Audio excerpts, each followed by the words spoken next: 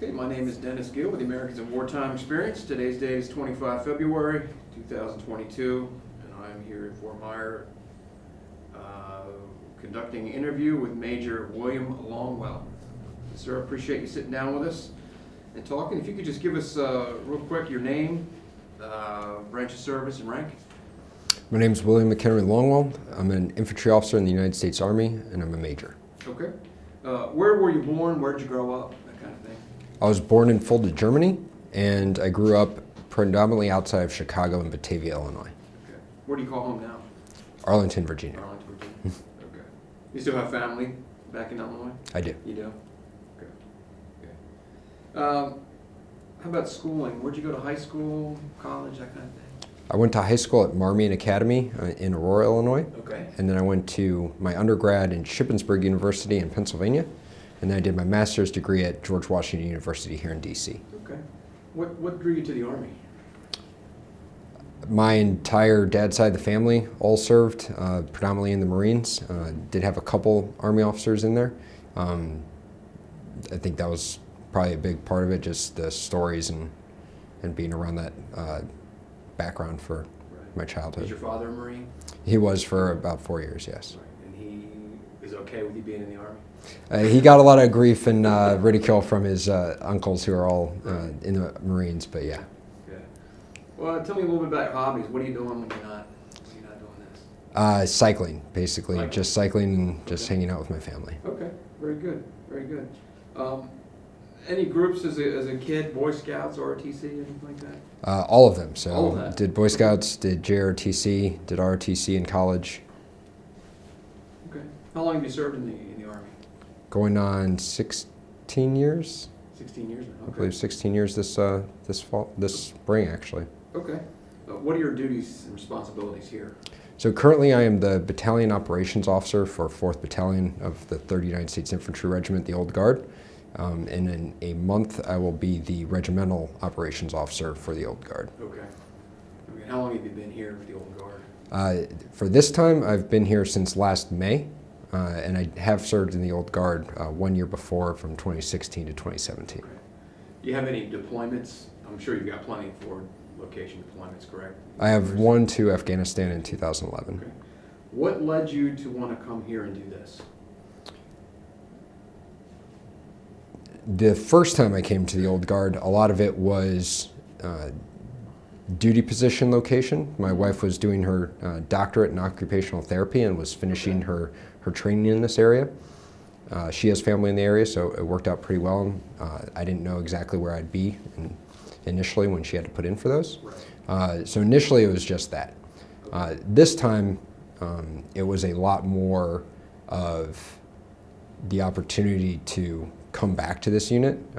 I loved the mission. I really enjoyed my time here that first year, and I was selected for another program, a fellowship, so there was a part of me that kind of felt my time was cut short and didn't really get to do everything I wanted to here. And a lot of other units have repeat offenders, and I feel like this is a very similar place, and just the mission and the people I get to work with left such a mark on me that first time that I was thrilled to be able to have the opportunity to come back. Right.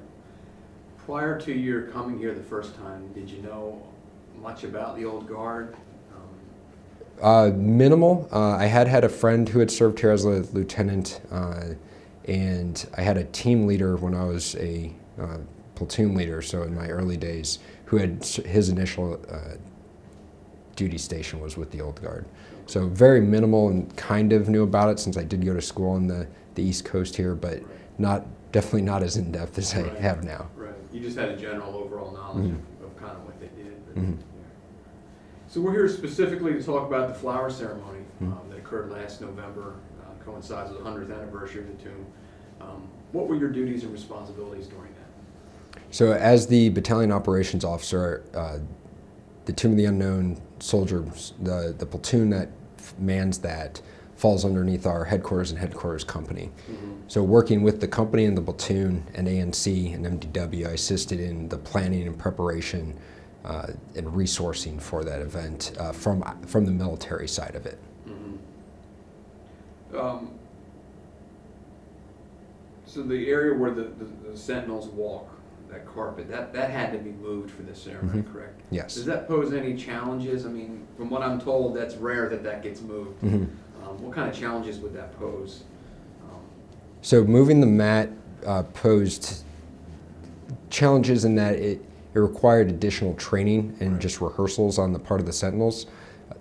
When you do something on one side in a very specific location with a very specific pace count, you're facing the exact same way every single time for millions of times. Changing that and having to face then a different way, that muscle memory isn't there anymore. So it did take a lot of training on the sentinel's part to get to the proficiency that we all know and see. That said, due to some earlier work on the plaza construction work, the mat had been moved previously, so it wasn't a completely new sequence, which did benefit the platoon in general, but a lot of the individual sentinels did require a decent amount of train up to be able to do what they did. What was unique, however, is the interaction with the public, correct? This was a lot different than the other days of the year. What kind of challenges does that pose, and how do you guys prepare for that? Well, being an infantry officer, we plan for most likely and then most dangerous courses of action. So we kind of looked at most dangerous and, or I guess most busy course of action, knowing that when when the unknown first came back to the U.S. and was laid in state, there were 90,000 citizens who went to go pay their respects over at the Capitol building. That was before internet, before news could really travel at milliseconds and people just all checking their cell phones. So we were, at least at our level, concerned that there would be an incredibly large number of personnel, and just how do we mitigate that? What challenges did that pose? So we had additional personnel from our battalion on standby to go down to the tomb if we needed to help manage just crowd control, basically, like help show people where to go, answer any questions and whatnot. We ended up using only a handful of additional personnel to assist with that mission. And yeah, I think that. You've had time to look back on it and kind of absorb everything that happened. Were there any, if we were doing this again, is there anything that you guys would do different? You know, things that you didn't think about, that couldn't prepare for, that, you know, you've got plan A, and then as soon as the battle starts, you know what I mean? So I think that, did that kind of occur for this? Actually, we had some of the best weather possible, especially given that time of year, which was surprising. It was really warm, sunny. So I'd say maybe additional like water points potentially. There are water fountains over there, but the overall the event just went exceptionally well. Potentially ensuring that more people can attend it and opening it up at some extent more. But just with the sheer number that we did have, we had a pretty thorough or continuous line of people paying their respects to the unknowns throughout both of the days of the event. Right. Speaking of those people, what was their demeanor? It was calm, and probably reverence, probably a decent word to describe it. There was chatter in the line, but nothing like loud or boisterous by any means. There were kids there. I brought my two boys to participate as well, and my wife. So while they might have been a little rambunctious for the scene, but generally speaking, everybody was there for a very specific reason, and were very respectful and kind of knew why they were there. You can go on YouTube and you can see the people that aren't respectful. Every so often somebody has to be, you know, chastised, I guess. From what I'm told, that these 2 days, that none of that really happened. Everybody was kind of on their best behavior, for lack of a better way to put it, because of the moment. Oh yeah. Did you observe? Yes, definitely. We also ensured that we had people walking around to help answer any questions. There were also Arlington National Cemetery historians and personnel that were walking around helping answer questions. But even like that was just answering questions. There wasn't really any need to discipline, for lack of a better term, anybody that was in attendance. Did you see large groups there? I mean, was there a lot of people that were there individually, or did they go up as a group or a family, or? It was definitely all of the above. So there would be individuals who went up. I know that the regimental commander went up solo. There was several other personnel who would go and pay their respects individually. But then there was also families. I took my family out there, so my wife and my 2 young boys, 3 and 1.5, out on to the plaza to lay flowers and pay our respects. Senator Cotton and his family paid respects. There were also the large groups like the Crow Nation were there, and they went out as larger groups. Initially, I believe they're elders, and then more of the personnel that they had in attendance paid their respects in a longer, continuous line. But yeah, there was basically all sorts that came to witness. There was even, I didn't personally see them, but it was rumored that some of the first couple people in the line were actually foreigners who were here just on vacation, like backpackers that happened to just come to the tomb and were there first thing in the morning and just like, oh, we're just going to get in line and do what everybody else is doing. And then somebody talked to them afterwards and found out, I think they were from like Holland or something, and just like happened to be Right here. place, right time. Yeah, exactly, and got to participate.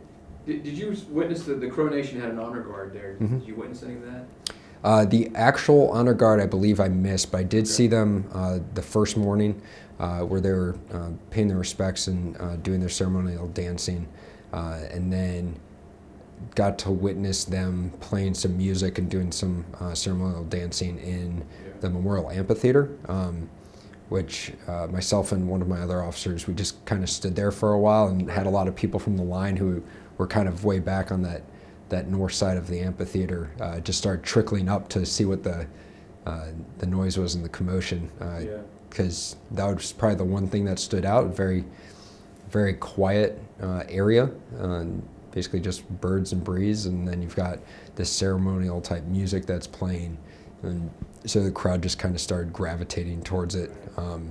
We actually opened the chains to the amphitheater, which at the time still wasn't completely open.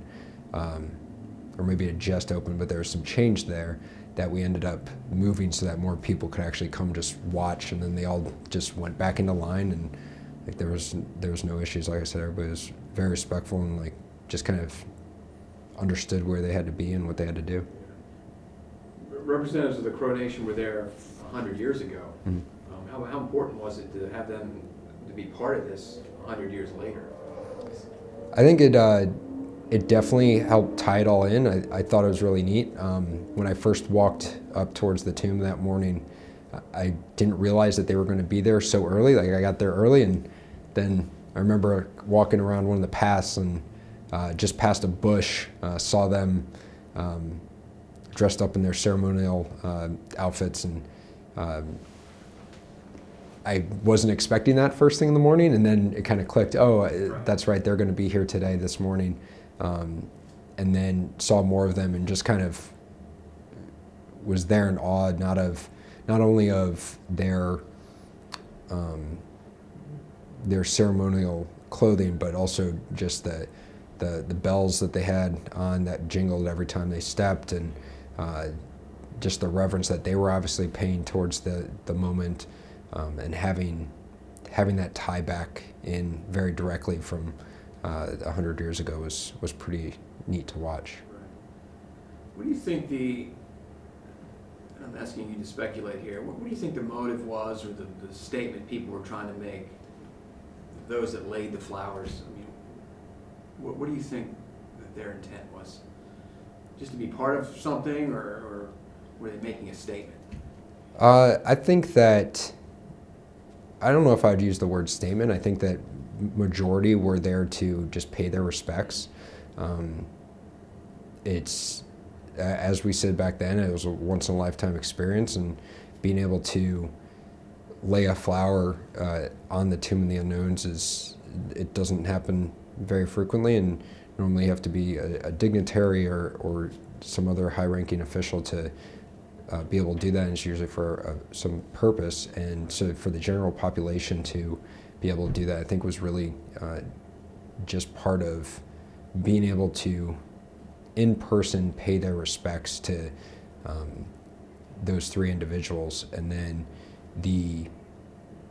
I brought my family there so that my boys won't remember that day, but we'll have the pictures. And but being able to be like, hey, when you guys were basically babies, you were able to walk on the plaza and pay your respects to the unknowns, which may not happen in their lifetime again, or maybe it does, but to me it was very important to do that. And as anybody with little kids will know, getting them out the door that early in the morning and to a new location and with a lot of different things happening is a definite challenge. But for me and my wife, it was very important to ensure that they had the opportunity to be a part of this. Right. How does being part of that experience and having that experience now, how does that affect your commitment to this mission? And quite frankly, the commitment to your overall mission, being a soldier? I think it just kind of hammered it back home. Having served here several months beforehand of this event and this position and this new role, but then also having been here before, the mission set here is so much different than anywhere else in the Army. But being able to then participate in and working with the Sentinels on a daily, weekly basis already in my current position, already had that, I guess, more insider knowledge as to why they do what they do and how dedicated they are, how mature those very young soldiers are. And so having the insight into that and knowing more of the history, seeing it firsthand, being out there for early morning rehearsals for other major ceremonies and wreath ceremonies that we do on or around the plaza, being able to then actually lay a flower myself was definitely a different experience. So I think it just kind of helped hammer home what I already believe in and why I do what I do. Right. It's been said that the mission of the Tomb Guards is one of the most important missions in the military. Some people would look at that and well, how can that be? The mission of the military is to break things and defend the nation. How do you see the mission of the Tomb Guards? How does that fit into the overall objectives of the military? It's definitely symbolic, and that can be huge. So they'll talk about how we all know that there's no longer a Vietnam unknown because of DNA testing and whatnot. Realistically, there may not be any unknowns in the future because of even more advances. So having those three unknowns from those three wars and continuously guarding them and what they represent, the symbolism behind that, and to what we'll do for just three individuals versus, and what that can mean towards more, I think is just a testament to not only that platoon and what they do, but also the military at large. Did you get the chance to see the flowers after they were laid? Mm-hmm. Tell us what that's like. So we had the 2 days of the flower ceremony, and then we had the National Veterans Day observance the very next day, which began with the Tomb of the Unknown Centennial Procession. That was early in the week. So we had the National Memorial Day observance, or Veterans Day observance, that day. And originally there had been talk of the flowers just being removed for the president to come and lay his wreath and then speak to the nation. But then we saw what was already kind of there, and the decision was made at some echelon, I'm not exactly sure where, but to just rearrange the flowers facing with the blossoms facing out. And so being able to not only see the pictures of that, because I saw the first ones that night after they had rearranged them, but then seeing it in person the next day while we were there for the ceremony was really, really neat. And it was one of those things where it's like, can we just do that all the time? Like just leave them there? But it was a sight. Yeah. Speaking of doing it all the time, when something is rare, it becomes more cherished. Mm-hmm. Is this something that you think should be done regularly? Annually, every 50 years, or maybe we wait another 100? I could see less than 100 potentially. I would not personally recommend annually or even every 5 years. I think that at a minimum maybe 25, because I do think it needs to be a cherished thing and a rare thing. Not only for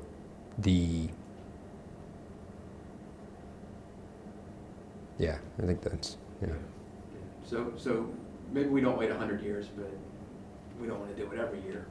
No, I think that would just kind of I wouldn't want it to turn into like a tourist attraction, right, for lack of a better term, but I think it would kind of dull the why we're doing it, and versus just you can, let's say every year on this date you could lay a flower at the Tomb of the Unknowns, versus okay, in 10 more years maybe this is a thing again. But yeah. What are your overall thoughts of the ceremony? Positive, I'm assuming. Yeah, it went incredibly well. We already spoke about just the audience, the personnel in attendance, just their demeanor. The weather was gorgeous. We couldn't have asked for better weather. That was an initial planning consideration on what if it's raining and sleeting and really cold. Do we get 10 people out there? Who knows? But the overall experience was just, lack of a better term, just amazing. Just to see how many people came out during a weekday to pay their respects. Is there a sense of pride? You're in a leadership position and you're watching these guys, they're performing flawlessly, Mm-hmm. or at least from our perspective, looking in, it looks flawless to us. Mm-hmm. Is there a sense of pride, when you see that? Oh, always. That's one of the things I absolutely love about this unit. Most of the Sentinels specifically are all first-term soldiers, and meaning in their first enlistment, and generally pretty young. There are some leadership that obviously have been in the Army for a while, but having worked with them as much as I have until this point, being the battalion operations officer, and the number of events that we do down there, having that interaction with them and understanding just how motivated and mature they are. I wouldn't say any one event makes me proud of them or what they do, but just in general and being able to work with them, it's one of the reasons why. Yeah, it's one of the reasons why I love working here. It's one of the reasons why I enjoy this experience, and not only them, but just the quality of soldier that we have in this regiment at large. Not only is it necessary because of the missions that we do, but it's one of those things where I think when somebody next to you is doing what they need to do, and I think internally we all drive each other to just continue to be better. I know it helps me drive to do my best so that they have the resources and training and everything that they need, that I help either coordinate or lay on. So one of the reasons that we do this is we want to capture your experience, your impressions, what you saw, what you felt that day. Someone's going to watch this in 50 years, maybe 100 years on the 200th anniversary. What is the message you want to send them about your service, about the service of the Tomb Guards, about what all this means?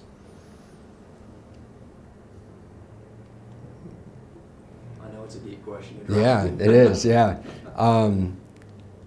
I wouldn't say about my service, but I'd say in general, not only the Tomb Guards, but for what they do, I guess just don't take it for granted, because it's one of those things I think that if people stop paying attention, then it could go away, per se.